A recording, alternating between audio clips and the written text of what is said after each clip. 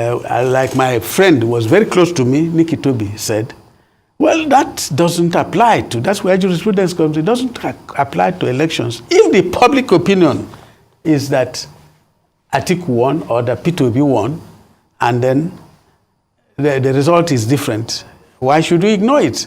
If we are talking about interpretation of laws, interpretation of documents, that is a different thing. The rules are clear. And invariably, if the interpretation is contrary to what the normal person would say, reasonable person would be, there's something wrong with that interpretation. There's something wrong with that interpretation. Oguntade said his own bit, but look at what he did in the Amechi case. Look at what he did. Amechi's petition was a pre-election matter. The Court of Appeal is no longer the position of the law. Yes, I know, but the point is that he violated the law. The law said that if it's a pre-election matter, as they said against Atiku in his petition against Buhari, if it's a pre-election matter, it shouldn't come into, it's all over, the time was over. But they said, yes, it is a pre-election matter, but are we going to leave him empty-handed? No, that's a scandal. So let us not leave the judiciary out of this mess, because there are so many judgments, and I have been involved in so many. I have got 3 judgments that I argued for. 3 cases I argued in the Supreme Court. The judgments have not been delivered, even though the Supreme Court rules say that once an appeal has been had, the judgment must be delivered. The Supreme Court, the courts that do these things are also to be blamed when it comes to election matters. I thought Justice Samani said yesterday that election matters are sui generis. Sui generis, yes. Yes. Yes. In a class of their own. Yes, and they are so vital to our lives that we can't take them for granted. There was a judgment, there was a Nobel Prize winner in the 90s in the United States. What gave him the Nobel Prize is that what makes a country survive economically, politically, is the judiciary, the rule of law. We don't seem to know it.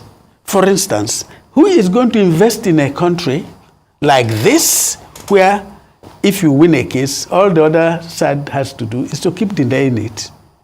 And when he finishes, the court does nothing in it. In other places, there will be punitive damages. Punitive, running into billions for the delay.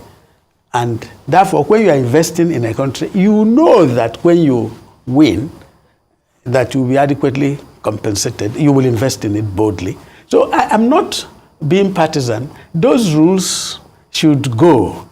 Everywhere else, and during the Abacha era, there was a conference on the youth service, and all the people who came from Opaso was, it should be voluntary. And so all these questions about Tinubu did this or didn't do that shouldn't come into it. What you should be blamed for, is not taking part in the debate, so that the people can see him and even ask him questions. So there are the 3 estates of the realm, which we know, including the judiciary. Judiciary is failed. I'm sorry. I know the consequences to me as a lawyer. I go to court regularly, but it has failed when it comes to delivering for the people. They've delivered one judgment that I was involved in the case, like I was telling them in one court of appeal, that I did this case, but the people who are taking the credit for it are the judges. Their names are there, a case in maritime law, and because of it, before that judgment, every day you go to the Federal High Court, what do you get?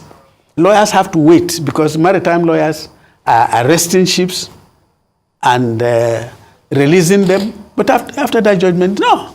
Because of the consequences of it, now, the other countries are now, for the right article, Google, you see it there, but you will see my name. So if you deliver a good judgment, like the one they delivered, the Court of Appeal delivered with regard to Nnamdi Kanu, the judges who did it, their names will be in international law. All right, Mr. Zike. Yes. Just very quickly, because we have to, because of our time. Okay. Following on from lessons learned, is options available? Because both petitioners, at least the main petitioners, the PDP and the Labour Party, have said that they were going to take this further by going to the Supreme Court. And this question is for both Mr. Onokwasa and Mr. Ezike. But I'll start with you, Mr. Ezike, because you said that in your opinion, the judges have failed in this regard. Is there any hope going to the Supreme Court? And I'll ask Mr. Onokwasa as well. I don't see any hope.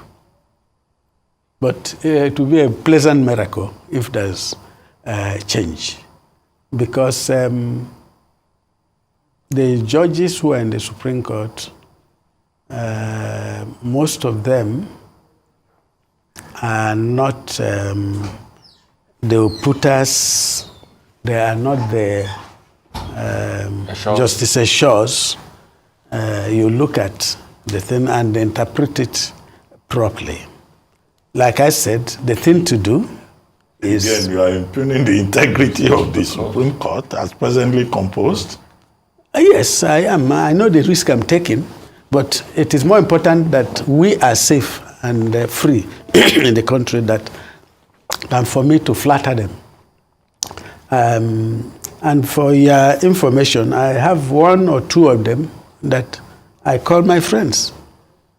Yes, but the question is the level of jurisprudence. I say the problem here is a lot of bean counting. You start counting beans. No.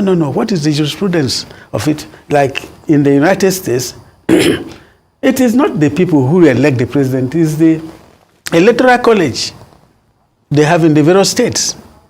Has anybody complained about it and said that, why should the electoral college, a few people in the various states, but when the votes are cast, the electoral college keeps quiet as it is. But if there's a problem, in Nigeria, the electoral college will interfere every time as it is. So when you make provision and say that Abuja is like that, you won't say it is wrong. It is there. If you don't want it anymore, you change the law. Now, the future with regard to this election will actually determine the future of Nigeria. Because this is the first time I noticed that young people were enthused in politics. This is after the toll gate thing. And if anybody doesn't understand history, then, the judges, then I think I would recuse myself if I'm a judge. If you understand history, you know where these things are going, and that your name will be there when the history is made. The history of this country, its survival or otherwise, may depend on this election. All right. I'd like to go to Mr. Onokwasa now. Thank you, Mr. Ezike. Mr. Onokwasa, please, your take on this. Going to the Supreme Court, PDP, Labour Party.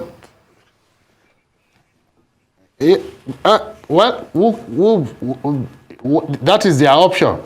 If they want to, they can go. I would just want to react to something that my learned senior said about the Supreme Court.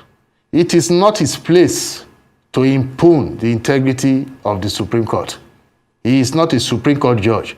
If he was that so great a lawyer, maybe he would be a Supreme Court judge. It is highly unfair of him to impugn the integrity of their lordships.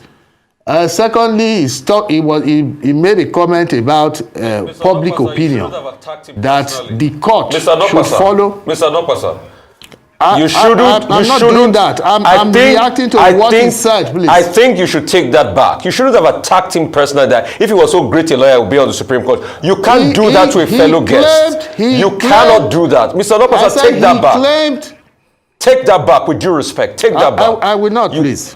You can't do that to a fellow guest. He said that the justices, will you hear me out, young man? He said the justices of the Supreme Court take that back. are not like the likes. Mr. Onokwasa, my God.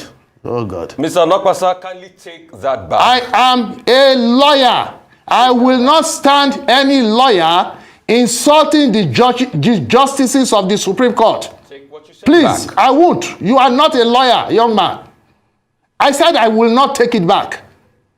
You will not impugn the integrity of the Supreme Court bench in front of me. I mean, how dare you? That is our Supreme Court. With all due respect, you have no right, Mr. Nokbasa, to come out here and castigate a fellow guest by saying, hang on a minute. He has a right to insult the Supreme Court bench. Hang on a minute. Nobody has said he has a right to impugn. When he said it, Dr. Abati replied him, but you have no right to tell a guest, our guest here, that if he was so great a lawyer, he will be sitting on the Supreme Court. Now you are attacking him and attacking his character. And that's what we're saying you're taking back. He has a right to say, to compare our Supreme Court justices with who? I mean, you choose to hear what you want to hear anyway. That they are not what? Nobody has supported him for impugning the Supreme Court. I told you, if you heard me properly, that Dr. Abati had a clawback and said, no, you are impugning the character of the court. We don't support that, but you have no right to also berate his personality. Okay, wrap up and let's go. Wrap up and let's go quickly. Can we settle this? Just wrap up and let's go, please. Beautiful. Beautiful. Now, according to Mr. Ezike, he says that the court might decide a case according to public opinion. Well, the public opinion is actually even on Tinubu's side. Because according to the umpire INEC, he got the highest number of votes cast. It is not on Peter Obi's side. So I don't know what public opinion Mr. Ezike is talking about. Okay, is that your point? Thank you very much for your point of view. Really appreciate you for your point of view there. Thank you so much. Right. But out here... Yes, a big thank you to Mr. Ezike in studio with us and Mr. Nokbasa joining us from Abuja. It's time now for a short break on the morning show. When we return... I want to add, I never impugned the Supreme Court. I simply said there's no hope in the case going there. That's all I really said. As for impugning them, I don't know when I said they were corrupt or that. I didn't say that. I said, if by my saying all along that there were cases that were wrongly decided, I'm not impugning their integrity. Okay. Thank you so much, Mr. Thank you very much for explaining your point, Mr. Ezike, and thank Mr. Nokbasa as well for joining us this